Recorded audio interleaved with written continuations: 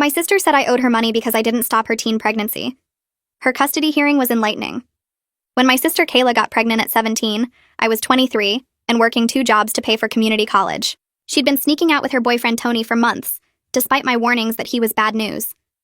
I'd tried talking to her about protection, about waiting, about Tony's 3 other girlfriends, but she'd scream that I wasn't her mother and couldn't tell her what to do. When she announced her pregnancy at dinner, our parents kicked her out and she moved in with Tony's family. I offered to help her look into adoption agencies or support programs, but she said she didn't need my fake concern. 6 months later, Tony left her for another girl, and his parents told Kayla to find somewhere else to live. She showed up at my apartment with a newborn named Destiny, saying as her older sister I was obligated to help. Not asking, telling. She said if I'd been a better role model and guided her properly, she never would have gotten pregnant, so this was partially my fault. She actually said I owed her for failing as a sister. I let her stay for what I thought would be a few days while she figured things out. Those days turned into months of hell. Kayla expected me to watch Destiny while she went out with friends because she said she was still young and deserved a life. She'd leave for entire weekends, turning off her phone while I had to call out of work to watch her baby. When I complained, she said I should have taught her about responsibility when she was younger, so this was my chance to make up for it. She'd spend the child support money from Tony on clothes for herself, then demand I buy formula and diapers because I had a job. When I said I couldn't afford it, she'd say I should have made sure she stayed in school so she could have a job too, but I'd failed her by not forcing her to make better choices. The mental gymnastics were insane. Everything was my fault for not preventing her pregnancy despite her fighting me every step of the way.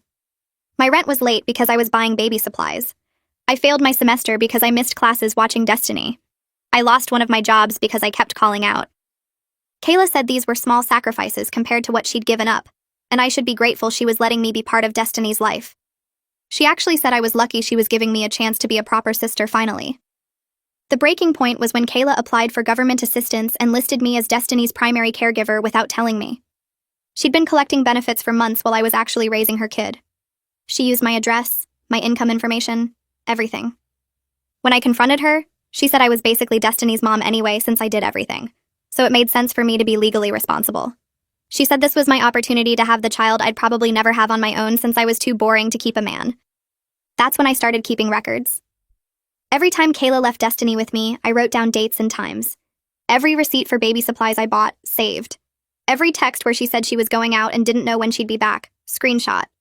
Every time she called me mom in front of Destiny because she couldn't be bothered to correct her, recorded. 6 months of detailed documentation of abandonment. Then Kayla made a mistake.